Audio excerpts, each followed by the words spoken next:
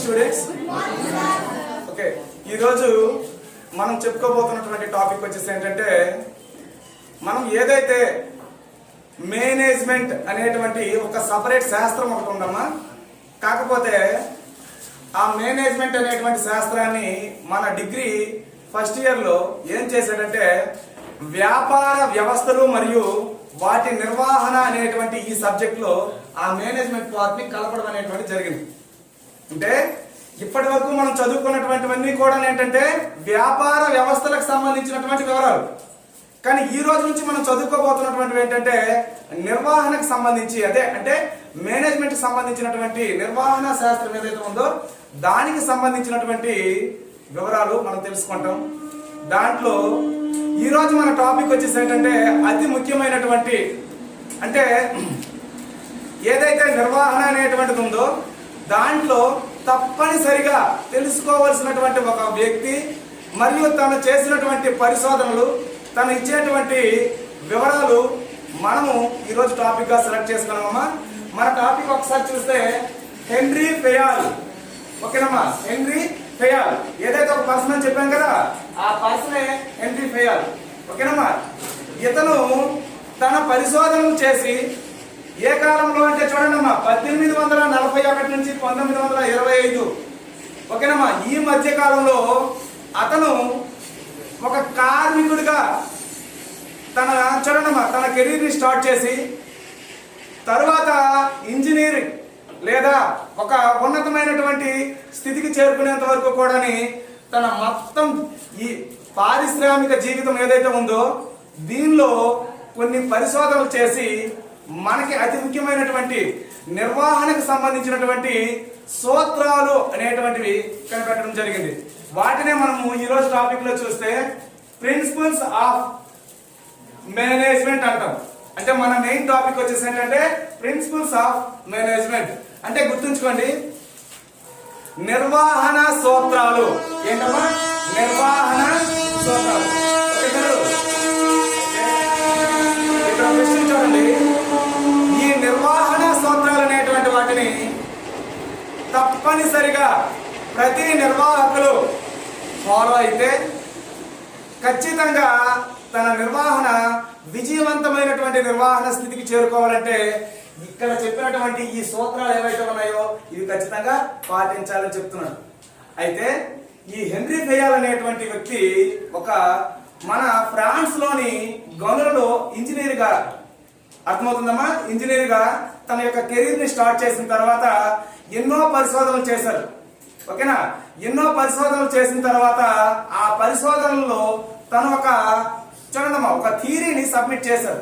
ప్రపంచానికి వెలుగులోకి తీసుకొచ్చినటువంటి కొంత సమాచారం ఉంది. ఆ థియరీ ఏంటంటే ఇదిగో ఇక్కడ రాసి చూడమ్మా, జనరల్ ఇండస్ట్రియల్ మేనేజ్మెంట్ అనేటువంటి ఒక థియరీని తనేమంటే ప్రపంచంలోకి తీసుకొచ్చారు. అయితే ఇక్కడ గుర్తుంచుకోండి, ఈ హెన్రీ ఫెయాల్ ని మనము ఆధునిక నిర్వహణ శాస్త్ర పితామహుడు అని అంటాం.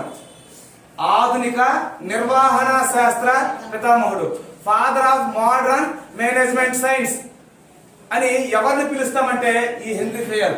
అంటే అంత ముఖ్యమైనటువంటి వ్యక్తి ఈ రోజు ఈ మేనేజ్మెంట్ పార్ట్ లో అతి ముఖ్యమైనటువంటి వ్యక్తి. తను ఇచ్చినటువంటి ఏదైతే సూత్రాలు ఉన్నాయో వాటి కోసం మనం తెలుసుకుంటాం. అయితే తన పరిశోధనలు జనరల్ ఇండస్ట్రియల్ మేనేజ్మెంట్ అనేటువంటి ఈ పరిశోధనలో అతను ప్రతి నిర్వహణ కూడా ఒక 5 రకాల యాక్టివిటీస్, అంటే 5 రకాల యాక్టివిటీస్ అనేటువంటివి ఖచ్చితంగా చేస్తుంది నిర్వాహకుడు. మేనేజ్మెంట్ అంటే ఆ 5 రకాల నిర్వహణ చేస్తేనే అది నిర్వహణ ఉంటుంది అని తన పరిశోధనల మూలంగా కొన్ని చెప్పాడమ్మా. ఆ 5 రకాల అంశాలు కూడా ఇక్కడ నేను ఆబ్లిక్ పెట్టి రాస్తున్నాను చూడండి. టెక్నికల్ అంటే ప్రతి వ్యాపార సంస్థలో లేదా ప్రతి సంస్థలో కూడా టెక్నికల్ యాక్టివిటీస్ ఉంటాయంట, అంటే సాంకేతిక పరమైనటువంటి కార్యకలాపాలు ఉంటాయి. మరియు కమర్షియల్ యాక్టివిటీస్ అంటే వాణిజ్యపరమైనటువంటి అంటే అమ్మడము కొనడానికి సంబంధించినటువంటి కార్యకలాపాలు ఉంటాయి. నెక్స్ట్ వన్ ఫైనాన్షియల్ అంటే డబ్బుతో ముడిపడి ఉన్న డబ్బుతో సంబంధం ఉన్నటువంటి కార్యకలాపాలు ఉంటాయి. దాంతో పాటు సెక్యూరిటీ అంటే వాళ్ళ పనిచేసేటువంటి ఏదైతే సంస్థ ఉంటుందో ఆ సంస్థలో ఉండేటువంటి సెక్యూరిటీ అంటే రక్షణ మరియు భద్రతకు సంబంధించిన కార్యకలాపాలు ఉంటాయని చెప్పాడు. దాంతో పాటు ఇంకొక రెండు చెప్పాడు అది ఏంటంటే అకౌంటింగ్. మనం ఏదైతే బీకామ్ రిలీవ్ అయితే మనం జాబ్ చేస్తాం చూడండి, ఆ జాబ్ సంబంధించినటువంటి అకౌంటింగ్ యాక్టివిటీస్ కూడా ప్రతి వ్యాపార సంస్థలో కూడా ఉంటాయని చెప్తున్నాడు. మన చివరిది మేనేజీరియల్, అంటే నిర్వహణ పరమైనటువంటి కార్యకలాపాలని ఉంటాయి. అంటే తన పరిశోధనలన్నింటినీ క్రోడీకరించి, అంటే సారాంశంగా ఒక 5 రకాల యాక్టివిటీస్ ప్రతి వ్యాపార ప్రతి సంస్థలో కూడా 5 రకాల యాక్టివిటీస్ ఉంటాయి అని చెప్పి మనకి ఈ వివరాలు సమర్పించాడు. అయితే ఈ రోజు మనం చెప్పుకోబోతున్నటువంటి మెయిన్ టాపిక్ చూడండి పిల్లలు, ప్రిన్సిపల్స్ ఆఫ్ మేనేజ్మెంట్, అంటే నిర్వహణ యొక్క సూత్రాలు. దీనిని ఎవరైతే ఇచ్చారమ్మా, హెన్రీ ఫెయాల్ అనేటువంటి పర్సన్ దీన్ని తయారు చేశారు. ఇప్పుడు హెన్రీ ఫెయాల్ తయారు చేసినటువంటి నిర్వహణ సూత్రాలు ఏవైతే ఉన్నాయో వాటిని ఇక్కడ బోర్డుపై చూడండి అమ్మ, ఇక్కడ చూడండి బోర్డుపై నేను రాస్తున్నాను. ఈ 14 కూడా హెన్రీ ఫెయాల్ నిర్వహణకు సంబంధించినటువంటి అతి ముఖ్యమైనటువంటి సూత్రాలని అందివ్వడం జరిగింది. అవేంటేంటో ఒక్కొక్కటి చూస్తాము, చెప్తాను వినండి.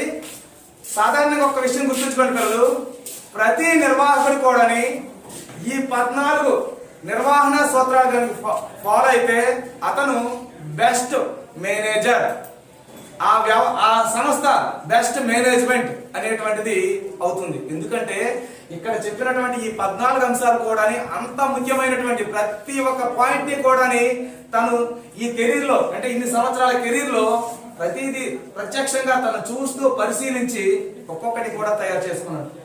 ఓకేనమ్మా, దీంట్లో ఈ హెన్రీ ఫెయాల్ ఇచ్చినటువంటి ప్రిన్సిపల్స్ లో మొదటిది చూడండి పిల్లలు, ఇక్కడ డివిజన్ ఆఫ్ వర్క్. పిల్లలు వినండి, మనం మొదటి సూత్రాన్ని స్టార్ట్ చేస్తున్నాం నాయన. డివిజన్ ఆఫ్ వర్క్ అంటే అర్థం ఏంటంటే పనిని విభజన చేయడం లేదా శ్రమని విభజన చేయడం. అంటే ఇక్కడ వినండి పిల్లలు, శ్రమ విభజన దీని అర్థం ఏంటంటే మనకి ఏదైతే సంస్థలు ఉంటాయో ఆ సంస్థలలో ఉన్న మొత్తం పనిని విభజన చేస్తూ కొంతమంది వ్యక్తులకి ఒక పని, ఇంకొంతమంది వ్యక్తులకి వేరే పనిని, ఇంకొంతమంది వ్యక్తులకి వేరే పని, అలా పనిని విభజన చేస్తూ ఆ పని చేపిస్తే చాలా వేగవంతంగా సులభంగా కార్మికులు కూడా ఎటువంటి ఇబ్బంది పడకుండా చేస్తారనేది ఈ మొదటి సూత్రం. అంటే ఒక్కరికే ఎక్కువ పని ఇచ్చామనుకోండి వాళ్ళు విసిగిపోతారు, పని చేయలేరు, లాంగ్ టైంలో వాళ్ళు పనికి రారు. అలాంటప్పుడు ఏం చేయమన్నాడు, మొత్తం పనిని డివైడ్ చేయాలి. డివైడ్ చేసి ఆ పనిని కొంతమంది వ్యక్తులకి ఒక్కొక్క భాగాన్ని ఒక్కొక్క వ్యక్తులకి అప్పగిస్తే వాళ్ళు తక్కువ కాలంలో. మన తదుపరి ప్రిన్సిపల్ చూడండి పిల్లలు, అథారిటీ అండ్ రెస్పాన్సిబిలిటీ. గుర్తుంచుకోండి పిల్లలు, మన తదుపరి సూత్రం ఏం చెప్తుందంటే అథారిటీ అంటే అధికారము మరియు రెస్పాన్సిబిలిటీ అంటే బాధ్యత. పిల్లలు వినండి, ఈ హెన్రీ ఫెయాల్ చెప్పినటువంటి రెండో సూత్రం ఏమంటుందంటే ఒక సంస్థలో ఉండేటువంటి వ్యక్తులకి కొంత అధికారాన్ని అప్పగించి వాళ్ళ ద్వారా కొన్ని పనులు చేపిస్తుంది. మరి అధికారాన్ని స్వీకరించినటువంటి వ్యక్తులకి ఖచ్చితంగా ఏమొస్తుందంటే బాధ్యత. అర్థమవుతుందనేనా? సపోజ్ చూడండి, మీకు ఒక ఎగ్జాంపుల్ చెప్తాను, ఇక్కడ గురించి ఆలోచించండి. మిమ్మల్ని తీసుకొచ్చి ఒక మేనేజర్ అనేటువంటి ఒక అధికారం ఇచ్చారనుకోండి, నేను ఆ రోజు నుంచి మీకు కొన్ని బాధ్యతలు వస్తాయా రావా? మేనేజర్ చేయాల్సినటువంటి అన్ని రకాల బాధ్యతలు మనం చేయాలా లేదా? కాబట్టి ఏం చెప్తుంది అంటే హెన్రీ ఫెయాల్ రెండవ సూత్రము, అధికారం అనేటువంటిది తప్పనిసరిగా సంస్థలో ఎవరైతే టెక్నికల్ కావచ్చు, క్వాలిఫైడ్ అవ్వచ్చు, అర్హతలతో అవ్వచ్చు, ఎవరైతే ఉన్నత స్థితిలో ఉంటారో వాళ్ళకి అధికారాన్ని ప్రదానం చేయాలి. దాన్ని డెలిగేషన్ ఆఫ్ అథారిటీ అని అంటాం. అంటే అధికారాన్ని అప్పగించాలి. ఆ అధికారాన్ని అప్పగిస్తూ ఆ అధికారంతో కొన్ని కార్యకలాపాలు చేయడం అనేటువంటిది జరిపించాలి. అంటే అధికారము మరియు బాధ్యత అనేటువంటిది ఎప్పుడు కూడా ఒకే దగ్గర ఉంటాయి. ఎందుకంటే ఎవరికైతే అధికారం వస్తుందో వాళ్ళే ఆ అధికారాన్ని ఉపయోగించి కొన్ని బాధ్యతలు నెరవేర్చాల్సినటువంటి పరిస్థితి ఉంటుంది. ఇది మన రెండవ సూత్రం. మూడవది చూడండి పిల్లలు, డిసిప్లైన్. గుర్తుంచుకోండి పిల్లలు, డిసిప్లైన్ అంటే ఏంటంటే ప్రతి ఒక్క సంస్థలో కూడా ప్రతి ఒక్క సంస్థలో కూడా డిసిప్లిన్ అనేటువంటిది అవసరం. డిసిప్లిన్ అంటే ఇక్కడ గుర్తుంచుకోండి పిల్లలు, క్రమశిక్షణ. మరి ఈ క్రమశిక్షణ ఎలాంటిది ఉండాలి గుర్తుంచుకోండి అమ్మా. ఒకటి ఇండివిజువల్, సెకండ్ వన్ ఆర్గనైజేషన్ లాగా. అంటే దీన్ని ఎలా చెప్తాము అంటే ప్రతి ఒక్క ఉద్యోగికి, ఆ సంస్థలో పనిచేసేటువంటి ప్రతి ఒక్క ఉద్యోగికి తన వ్యక్తిగత క్రమశిక్షణ ఉండాలి. దాంతో పాటు సంస్థలో పనిచేసేటప్పుడు నలుగురితో కలిసి ఆ డిసిప్లిన్ ఉండాలి. అంటే సంస్థ కట్టుబాట్లకి తను కూడా డిసిప్లిన్. 9 గంటలకు రావాలి, 9 గంటలకు వచ్చేయాలి. అంటే మన కాలేజీకి సంబంధించి 9 గంటలకు కాలేజ్ కాబట్టి యాజ్ ఏ ఎంప్లాయ్ ఖచ్చితంగా 9 o'clock ఇక్కడ రీచ్ అయ్యి ఉండాలి. అది ఆర్గనైజేషనల్ డిసిప్లిన్. ఇండివిజువల్ డిసిప్లిన్ అంటే ఏంటంటే అమ్మో నేను మాట కాయకూడదు, నేను ఖచ్చితంగా టైం సరికి వెళ్ళిపోవాలి, అది వ్యక్తిగత క్రమశిక్షణ. ఈ రెండు కూడా ప్రతి ఒక్క ఉద్యోగికి లేదా ప్రతి ఒక్క సంస్థలో కూడా మెయింటైన్ చేయాలని చెప్తుంది డిసిప్లిన్ అనేటువంటి సూత్రం. ఎందుకంటే డిసిప్లిన్ ఎక్కడైతే ఉంటుందో ఖచ్చితంగా అక్కడ సక్సెస్ ఉంటుంది. ఎందుకంటే మనం కార్యకలాపాలు అనేటువంటిది జాప్యము, కార్యకలాపాలు అనేటువంటి అవరోధము, ఆటంకాలు లేకుండా ఉండాలంటే మనం డిసిప్లైన్ గా రావాలి, డిసిప్లైన్ గా చేసుకోవాలి. ఇటువంటి ఆటంకం ఉంది. నెక్స్ట్ మన 4th వన్ చూడండి అమ్మా, యూనిటీ ఆఫ్ కమాండ్. గుర్తుంచుకోండి పిల్లలు, మన నీటి వినండి. ఈ 4వ సూత్రం ఏం చెప్తుందంటే యూనిటీ ఆఫ్ కమాండ్ అంటే ఏంటంటే ఇక్కడ ఏదైతే ఆజ్ఞలు కమాండ్స్ అనేటువంటి జారీ చేయబడతాయో, ఆజ్ఞలు జారీ చేయబడతాయో అవి యూనిటీగా ఉండాలి. అంటే దీని అర్థం ఏంటంటే మీరంతా లేబర్ అనుకోండి, నేను ఎగ్జాంపుల్ ఇస్తున్నాను. మీరంతా లేబర్ అనుకోండి, 2 మేనేజర్లు ఇక్కడ ఉన్నారు, ఓకేనా? 2 మేనేజర్లు తాను ఇచ్చినటువంటి ఆజ్ఞలు అర్థమవుతుందేనా, అవి ఒకరొకలాగా ఇంకొకలాగా ఆర్డర్స్ పాస్ చేయకూడదు. అర్థమవుతుందా లేదా? టాప్ టు బాటమ్ అందరు కూడా దాన్ని ఒబే చేయాలి, దాన్ని ఫాలో అవ్వాలి. అలా వాళ్ళు ఇచ్చినటువంటి ఆజ్ఞలు ఏవైతే ఉంటాయో అవి సంస్థ మొత్తానికి కూడా ఒకే విధంగా, ఒకేలా, ఒకరికి వేరేలాగా ఇంకొకరికి వేరేలాగా అనేటువంటిది ఉండకుండా యూనిటీ అంటే ఏదైతే కమాండ్స్ జారీ చేయబడతాయో వాటిలో ఏకత్వం అనేటువంటిది ఉండాలి. అలా లేనప్పుడు ఏమవుతుందంటే చాలా మంది కార్మికులు, మీకు తెలుసా లేదు, ఒరే ఈ మేనేజర్ వస్తే చూడరా వాళ్ళకే ఎక్కువ ఫేవర్ చేస్తాడరా, మాకు అసలు ఏం పట్టించుకోడరా అనుకోరా. అంటే యూనిటీ ఆఫ్ కమాండ్ లేకపోతే సమస్య ఎలా వస్తుంది. అయితే ఎప్పుడైతే వాళ్ళు అసహనం వస్తుందో వాళ్ళు తిరుగుబాటు చేస్తారు, స్ట్రైక్ చేస్తారు. అందుకే ఒక బెస్ట్ మేనేజర్ గా ఉండాలంటే, బెస్ట్ మేనేజ్మెంట్ అంటే ఖచ్చితంగా యూనిటీ ఆఫ్ కమాండ్ అనేటువంటిది ఉండాలి. నెక్స్ట్ వన్ అమ్మా, యూనిటీ ఆఫ్ డైరెక్షన్. పిల్లలు వినండి, ఇక్కడ దీన్ని ఈ సూత్రము ఎంత ఇంపార్టెంట్ అంటే మనం ఏదైతే ఒక పని చేస్తామో ఆ చేసే పనికి సంబంధించినటువంటి నిర్దేశన లేదా దర్శకత్వం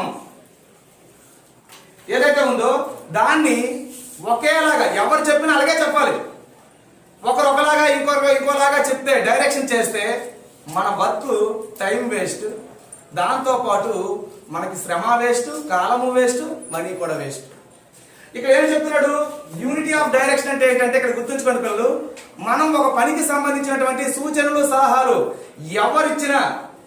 ఎవరిచ్చినా ఆ సూచనలన్నీ కూడా ఒకేలా ఇవ్వాలి.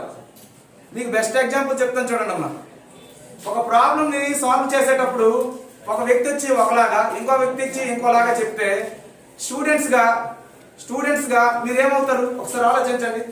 ఇదేంటి ఆ సార్ వచ్చి అలా చెప్పారు, ఈ సార్ అంటే ఇలా చెప్తున్నారు అనుకుని కన్ఫ్యూజ్ అవుతారా లేదా? సేమ్ పొజిషన్ ఒక వ్యాపార సంస్థలో ఉండేటువంటి కార్మికులు కూడా అటువంటి ఇబ్బందికే గురవుతారు. అందుకే యూనిటీ ఆఫ్ డైరెక్షన్ అంటే గుర్తుంచుకోండి పిల్లలు, కొన్ని సూచనలు సలహాలు ఇస్తూ ఒక పనిని చేయడానికి చెప్పేటువంటి విధానం. మీకు సినిమాల్లో డైరెక్టర్ అంటాం కదా, డైరెక్టర్ ఏం చెప్తాడు, ఇలా చెయ్యండి అలా చేయండి అని తను చెప్తాడు కదా. తను చెప్పేటువంటి సూచనలు సలహాలు తీసుకొని హీరోలు యాక్ట్ చేస్తారు. ఇక్కడ కూడా ఏంటంటే మేనేజర్, ఎవరైతే మేనేజ్మెంట్ వ్యక్తులు ఉంటారో వాళ్ళు చెప్పినటువంటి సలహాలు సూచనలు తీసుకొని దానికి తగిన విధంగానే ఆ కార్యకలాపాలు చేయాలి. అయితే ఇక్కడ ఉన్నటువంటి మేనేజ్మెంట్ పర్సన్స్ ఒక్కొక్కరు ఒక్కొక్కలా చెప్పకూడదు. అలా చెప్పడం వల్ల ఏమవుతుంది, ఎంప్లాయీస్ అందరూ కూడా ఏంటంటే గందరగోళానికి గురవుతారు, ఇబ్బంది పడతారు. ఏంటి, అతను వచ్చి అలా చెప్పారు, ఇతను వచ్చి ఇలా చెప్పారు, నేను ఏం చెయ్యాలి, అలా చేస్తే అతను ఫీల్ అవుతారు, ఇలా చేస్తే ఇతను ఫీల్ అవుతారు అనేటువంటిది కార్మికుల్లో ఉండకూడదు. అర్థమవుతుంది కదమ్మా, యూనిటీ ఆఫ్ డైరెక్షన్ అనేది ఇది. నెక్స్ట్ వన్ చూడండి పిల్లలు, సబార్డినేషన్ ఆఫ్ ఇంట్రెస్ట్. గుర్తుంచుకోండి పిల్లలు, దీని అర్థం ఏంటంటే సబార్డినేషన్ ఆఫ్ ఇంట్రెస్ట్ అంటే పిల్లలు ఇక్కడ గుర్తుంచుకోండి, ఒక వ్యాపార సంస్థలో మనకి పర్సన్స్ అంటే మేజర్ పర్సన్స్ 2 కేటగిరీస్ చేస్తారు. ఒకరు ఉన్నత స్థాయి ఉద్యోగులు అయితే రెండో వాళ్ళు వాళ్ళ క్రింద పనిచేసేటువంటి ఆధీన ఉద్యోగులు. ఒకడు ఉన్నత స్థాయి ఉద్యోగులు అయితే రెండవ వర్గము వాళ్ళ క్రింద పనిచేసేటువంటి ఓకేనా ఆధీన ఉద్యోగులు అంటారు. వీళ్ళనే సబార్డినేట్స్ అంటారు. ఇక్కడ 2 పదాలు మీకు ఇంగ్లీష్ పదాలు గుర్తు చేసుకోండి. ఉన్నత స్థాయి వాళ్ళని సుపీరియర్స్, దాని క్రింద అతని క్రింద వాళ్ళ క్రింద పనిచేసే వ్యక్తుల్ని సబార్డినేట్స్ అంటాం. Superiors, subordinates. అయితే ఇక్కడ దీని అర్థం ఏం చెప్తుందంటే, ఎవరైతే సబార్డినేట్స్ ఉంటారో వాళ్ళ ఒక్కొక్కరికి ఒక్కొక్క ఇంట్రెస్ట్ ఉంటుంది.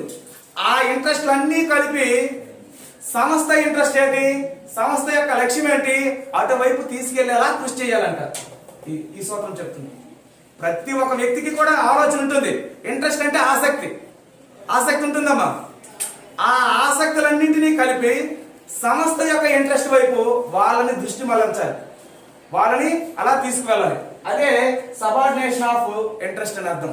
ఈ సూత్రం ఉంటే ఏమవుతుందంటే వాళ్ళు ఏం ఫీల్ అవ్వరు, ఓ నాకు నచ్చిన పనే చేయమంటారు కదా అని చెప్పి ప్రతి కార్మికుడు కూడా అలా ఫీల్ అవుతారు. అంటే నా ఇండివిజువల్ ఇంట్రెస్ట్ ఉందో అలా ప్రతి ఒక్కరి ఇండివిజువల్ ఇంట్రెస్ట్ తో కలిపి సంస్థ లక్ష్యం వైపు అలాగా వాళ్ళకి ఎంకరేజ్ చేస్తారు. అదే సబార్డినేషన్ ఆఫ్ ఇంట్రెస్ట్ అని అంటారు. ఇది ఖచ్చితంగా ప్రతి మేనేజరు తెలుసుకోవాలి. నేను చెప్తాను విను, చేయకపోతే కాదు అని ఇక్కడ ఉండకూడదు. ఒక బెస్ట్ మేనేజ్మెంట్ అంటే ఈ సూత్రాలు ఎందుకోసం ఏదో చెప్పారు అంటే, మంచి నిర్వహణ అంటే ఇవన్నీ ఫాలో అవ్వాలి. నెక్స్ట్ వన్ చూడండి, రెమ్యూనరేషన్ ఆఫ్ పర్సనల్. గుర్తుంచుకోండి, పర్సనల్ అంటే ఇక్కడ ఎవరైతే ఉద్యోగులు ఉంటారో, పర్సనల్స్ ఉద్యోగులు ఉంటారో ఆ ఉద్యోగుల యొక్క రెమ్యూనరేషన్ అంటే పారితోషికం, జీతం. అర్థమవుతుందేనా? అంటే ఒక సంస్థలో పనిచేసేటువంటి ఉద్యోగులకి వాళ్ళ భవిష్యత్తు మీద ఆశ ఉండాలి.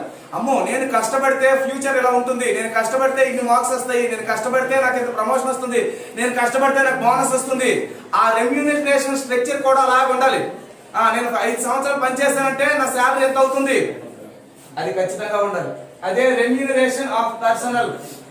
అర్థమవుతుందేనా?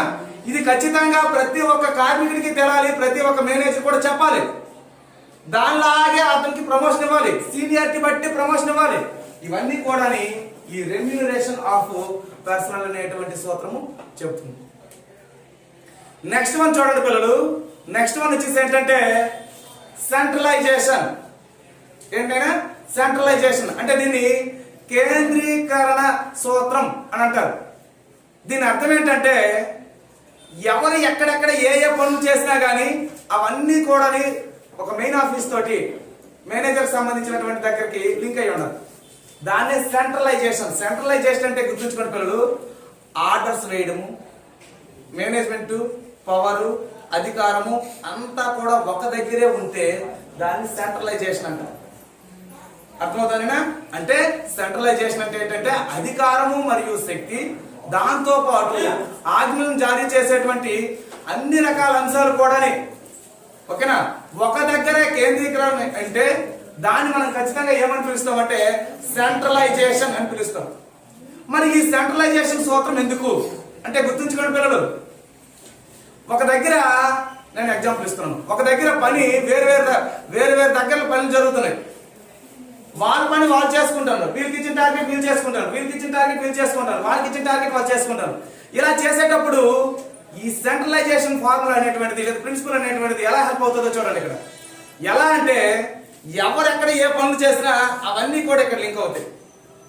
ఎక్కడ మన ఆఫీస్ రూమ్ లో లింక్ అయ్యేటప్పుడు ఏమవుతుంది, ఆటోమేటిక్ గా వాళ్ళు చేసిన పని ఇక్కడికే, వీళ్ళు చేసిన పని ఇక్కడికే, వీళ్ళు చేసిన పని ఇక్కడికే, ఇలా అందరూ చేసినటువంటి కార్యకలాపాలన్నీ కూడా ఒకే ప్రదేశం ఒకే ఆఫీస్ దగ్గర నుంచి మూవ్ అవుతుంటాయి. అర్థమవుతుందనే. దీనివల్ల ఏమవుతుందంటే అక్కడ పనిచేసినటువంటి కార్మికుల్లో వ్యత్యాసాలు ఉండవు. అందరూ ఒకేలాగా ఒకే సూత్రాన్ని అనుసరించి వారి కార్యకలాపాలు చేయడము జరుగుతుంది. కాబట్టి సెంట్రలైజేషన్ అనేటువంటి సూత్రం ఖచ్చితంగా ఉండాలి. Next one scholar chain. గుర్తుంచుకోండి పిల్లలు, స్కాలర్ చైన్ అంటే క్రమానుగత శ్రేణి అని అంటారు. దీని అర్థం ఏంటంటే ఒక సంస్థలో దిగువ స్థాయి, మధ్య స్థాయి, ఉన్నత స్థాయి అని 3 స్థాయిల్లో వ్యక్తులు ఉంటారు. దిగువ స్థాయి, మధ్య స్థాయి, ఉన్నత స్థాయి. ఓకే పిల్లలు, మరి దిగువ స్థాయిలో ఎవరు ఉంటారు చూస్తే కార్మికులు మరియు సూపర్వైజర్లు. ఓకేనా? దిగువ స్థాయిలో ఉండేటువంటి వాళ్ళని కార్మికులు మరియు సూపర్వైజర్లు అనేటువంటి పొజిషన్లు ఉంటారు. మిడిల్, వీళ్ళు అధికారులు మరియు మేనేజర్లు మధ్యలో ఉంటారు. అంటే మధ్య స్థాయిలో ఉండేటువంటి నిర్వహణలో ఉంటారు. మరి ఉన్నత స్థాయి అంటే వ్యాపారానికి సంబంధించినటువంటి మెయిన్ నిర్వాహకులు మరియు యజమానులు. ఎవరంటారు నాయనా? మెయిన్ నిర్వాహకులు మరియు యజమానులు అనేటువంటి వాళ్ళు ఉన్నత స్థాయిలో ఉంటారు. ఇప్పుడు చూడండి, ఉన్నత స్థాయిలో ఒక నిర్ణయం తీసుకుంటే అది మిడిల్ దగ్గర నుంచి దిగువ స్థాయికి ఫాలో అవుతుంది. దీన్ని ఒక క్రమానుగత శ్రేణి అంటే పై నుంచి క్రిందికి, క్రింది నుంచి పైకి. క్రింది నుంచి పైకి అంటే ఏంటంటే కార్మికులు ఒక కంప్లైంట్ పెడతారు, సార్ మాకు ఇలా ప్రాబ్లం ఉంది అని చెప్పి కంప్లైంట్ ఇస్తే ఆ కంప్లైంట్ చూడండి క్రింది నుంచి మిడిల్ నుంచి పైకి వెళ్తుంది. అదే పైన ఉన్నటువంటి యజమానులు ఒక ఆర్డర్ వేస్తారనుకో, అక్కడి నుంచి దిగువకి, ఆ దిగువ నుంచి మళ్ళీ క్రిందికి, అంటే మిడిల్ నుంచి దిగువకి వస్తుంది. ఇలా ఒక క్రమ ప్రకారము అలా ఫాలో అవుతే దాన్ని స్కాలర్ చైన్ అంటాం. అలాగే జరగాలి. అలాగే జరిగితేనే ఆ వ్యాపార సంస్థ ఒక క్రమ పద్ధతిలో నడుస్తున్నట్టు. ఇక్కడ జరిగింది వాళ్ళకి తెలియకుండా, వాళ్ళకి జరిగింది వీళ్ళకి తెలియకుండా ఉంటే అది సరైనటువంటి స్కాలర్ చైన్ ప్రిన్సిపల్ ఫాలో అవ్వకపోయినట్టు. నెక్స్ట్ వన్ అయినా ఆర్డర్. గుర్తుంచుకోండి పిల్లలు, ఇక్కడ ఈ నిర్వహణ సూత్రాల్లో అంటే ఈ ప్రిన్సిపల్స్ ఆఫ్ మేనేజ్మెంట్ లో మనం నెక్స్ట్ ప్రిన్సిపల్ ఏం చెప్తున్నాం అంటే ఆర్డర్. గుర్తుంచుకోండి పిల్లలు, ఈ ఆర్డర్ అంటే ఆజ్ఞ. ఈ ఆజ్ఞలు అనేటువంటివి ఒక్కో రకంగా ఒక్కొక్కరికి, ఒక్కొక్క పర్సన్కి ఒక్కోలాగా ఎప్పుడు ఉండకూడదు అని చెప్తుంది ఆర్డర్. ఎందుకు అంటే దీంట్లోనే బంధుప్రీతి లేదా మనకి సంబంధించినటువంటి సొంత వాళ్ళని చెప్పేసి, లేదా మనకేదో లంచం తీసుకున్నారని చెప్పేసి వాళ్ళకి ఫేవర్ చేసి వాళ్ళకి ఒకలాగా ఆర్డర్ చేస్తూ వీళ్ళకి ఇంకోలా ఆర్డర్ వేయకూడదు అనేది ఈ ఆర్డర్ అనేటువంటి ప్రిన్సిపల్ చెప్తుంది. ఎందుకంటే ఒక వ్యాపార సంస్థలో మీకు తెలుసో లేదో చాలా వరకు కూడా వ్యాపార సంస్థలో కార్మికుల్ని రిక్రూట్ చేసుకోవడం ఎంత గొప్ప, వాళ్ళని నిలుపుకోవడం కూడా అంతే గొప్ప. ఎందుకు నిలుపుకోవాలంటే గుర్తుంచుకోండి అమ్మా, ఒక వ్యాపార సంస్థలో ఉండేటువంటి ఉద్యోగులను నిలుపుకోవాలి అంటే ఏంటంటే ఇక్కడ ఆజ్ఞా ఏకత్వం అనేటువంటి తప్పనిసరిగా పాటించాలి. ఇక్కడ చెప్పాను కదా, ఇవన్నీ కూడా పాటించాలి. ఇది ఎందుకు పాటించాలి అంటే కార్మికులు వాళ్ళకి ఫేవర్ చేసుకుంటున్నారు, వాళ్ళకే తక్కువ వర్క్ ఇస్తున్నారు, మాకే ఎక్కువ వర్క్ ఇస్తున్నారు అనేటువంటి భావన కార్మికుల్లో కలగకూడదు. అర్థమవుతుందమ్మా? నెక్స్ట్ వన్ చూడండి, ఈక్వాలిటీ. గుర్తుంచుకోండి, ఈ ఈక్వాలిటీ ప్రిన్సిపల్ ఏం చెప్తుందంటే సంస్థలో ఉండేటువంటి కార్మికులందరికీ సమానంగా చూసేటువంటి దృక్పథం ఉండాలి. ఆ మేనేజర్, ఆ నిర్వాహకులు ఎవరైతే ఉన్నారో వాళ్ళకి సంస్థలో ఉండే కార్మికులందరినీ కూడా సమదృష్టితో ఒకేలా చూడడం అనేటువంటిది జరగాలి. అలా జరిగినప్పుడే ఆ సంస్థ ఒక ఉన్నతమైనటువంటి స్థితిలో నిర్వహణ జరుగుతున్నట్టు. కాబట్టి ఈ ఈక్వాలిటీ ప్రిన్సిపల్ అది చెప్తుంది అనమాట. నెక్స్ట్ వన్ చూడండి madam. Next stability of tenure. గుర్తుంచుకోండి పిల్లలు, స్టెబిలిటీ ఆఫ్ టెన్యూర్ అంటే ఏంటంటే ఒక పని చూడండి, నేను కార్మికుడికి ఒక పనిని అప్పచెప్పాం. ఒక పనిని అప్పచెప్పినప్పుడు చాలా ఉత్సాహంతో స్టార్టింగ్ లో వాళ్ళు చేశారు, పని అయిపోయింది. రెండో పని అప్పచెప్పబోతున్నాం. రెండో పని అప్పచెప్పబోయేటప్పటికి కొంతమంది రిలాక్స్ అయిపోతారు, కొంతమంది అదే కంటిన్యూ చేస్తారు. కానీ మేనేజర్గా నువ్వేం చేయాలి, నిర్వాహకుడిగా నువ్వేం చేయాలి, ఎవరైతే ఇంతకుముందు పని చేశారో వాళ్ళని మొదట ఏదైతే ఇంట్రెస్ట్ ఉందో అదే ఇంట్రెస్ట్ ని మెయింటైన్ చేయాలి. స్టెబిలిటీ, స్థిరంగా ఉంచాలి. అంటే వాడు ఇంతకు ముందు చేసేటువంటి విధంగా కార్మికుల్ని ఎల్లప్పుడూ కూడా ఉత్సాహవంతులుగా వస్తూ ఆ పనులు చేసేలా కృషి చేయించాలి మనం. మరి మన గొప్పతనము మనం కూర్చుంటే రాదు. నేను మేనేజర్ని కదా, ఒక చైర్ వేసాడు కదా కూర్చుంటామని అంటే కార్మికులు ఎవరు కూడా సక్రమంగా చేయరు. దీని ఉద్దేశం ఏంటంటే ఎవరైతే ఇంతకు ముందు వాళ్ళ టాస్క్ని కంప్లీట్ చేశారో వాళ్ళని తదుపరి అంటే ఎంతకాలం పనిచేసినా అంతకాలం కూడా వాళ్ళంత మంచిగా ఉత్సాహవంతంగా పనిచేసేలాగా ఉంచాలనేది ఈ సూత్రం చెప్తుంది. నెక్స్ట్ వన్ చూడండమ్మా, ఇనిషియేటివ్. దీని అర్థం ఏంటంటే చొరవ సూత్రం. చొరవ సూత్రం పిల్లలు వినండి. మీకు ఈ మధ్యన రాక్షసుడు అనే సినిమా చూసారా? చూసారు కదమ్మా. రాక్షసుడు అనే సినిమా చూస్తే దాంట్లో ఒక నగరంలో హత్యలు జరుగుతుంటాయి. పిల్లలు వినండి, ఇనిషియేషన్ అంటే హత్యలు జరిగేటప్పుడు ఏమవుతుంది, ఆ కేసు పెద్దవాళ్ళు డీల్ చేస్తుంటారు. కానీ అక్కడ కానిస్టేబుల్గా లేకపోతే ఎస్ఐగా పనిచేసినటువంటి హీరో అంటాడు. వీడికి కొన్ని ఇంట్రెస్ట్ నుండి వీడు చెప్తున్నా కానీ పెద్దవాళ్ళు వినరు. ఈ సెంటెన్స్ ఏం చెప్తుందంటే చొరవ. మేనేజర్ అనేవాడు తన క్రింద పనిచేసేటువంటి ఉద్యోగులు ఎవరైతే ఉన్నారో వాళ్ళలో ఉండేటువంటి ఆసక్తిని గమనించి వాళ్ళని ఎంకరేజ్ చేయాలి. ఎవరైనా చేస్తారంటే చేయండి అమ్మా అని చెప్పేసి అలా వాళ్ళని ప్రేరేపించాలి. దానికి ఉద్యోగులందరూ కూడా చొరవ తీసుకొని నేను చేస్తాను అనేటువంటి లక్షణాన్ని డెవలప్ చేయాలి తప్ప నువ్వు ఏడు చెప్తాను మాకు నీ డ్యూటీ ఏంటి, నువ్వు నాకు చెప్పకూడదు కదా అని అనకూడదు.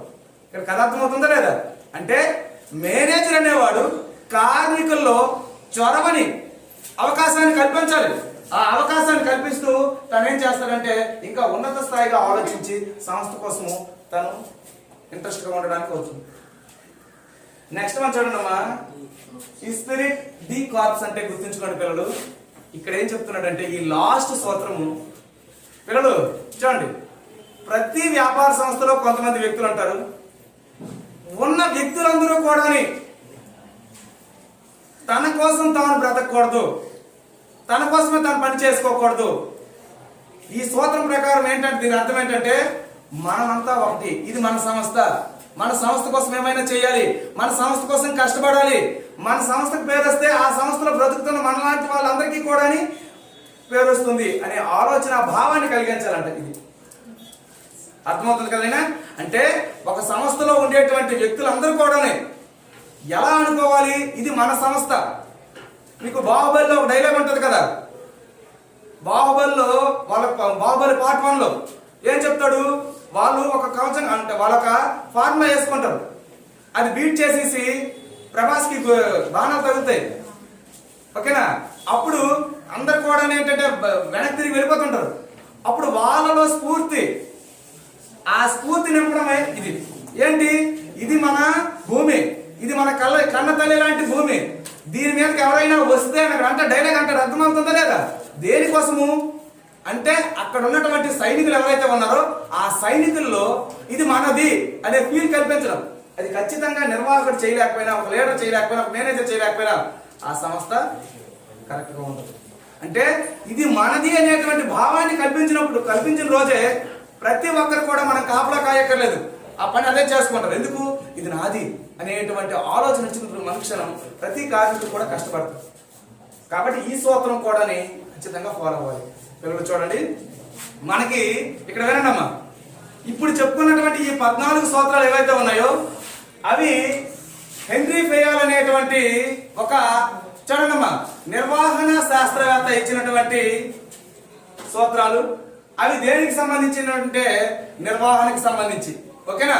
కాబట్టి ఈ 14 సూత్రాలు ఇందులో ఏ ఒక్కటి కూడా చూడమ్మా మనము తగ్గించకూడదు. ఎందుకంటే తను ఇచ్చినటువంటి 14 కాబట్టి ఎగ్జాక్ట్ గా 14 మనము రాయాలి.